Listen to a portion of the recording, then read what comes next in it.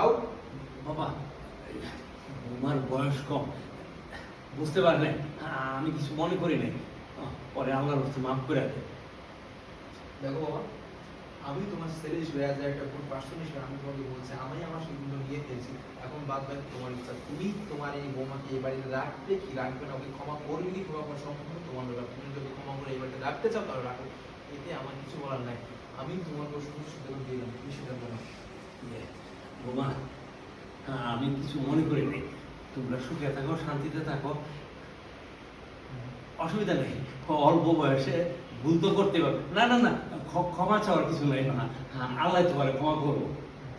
ঠিক আছে, আমি এখন আছে ঠিক আছে, সত্যি ভালো আমি বলছি তোমার দিকে আমি যদি এখন মনে হয় আমি রাগ করছি। হ্যাঁ ঠিক আছে, কিন্তু হ্যাঁ নেক্সট টাইম যখন বলার না হয়, জিনিসটা যখন মনে হয় তাহলে কিন্তু ডিরেক্ট পাঠিয়ে দেবো, কোনো চান্স না। ঠিক আছে, যাও যাও ফেলে গেলো, বসো।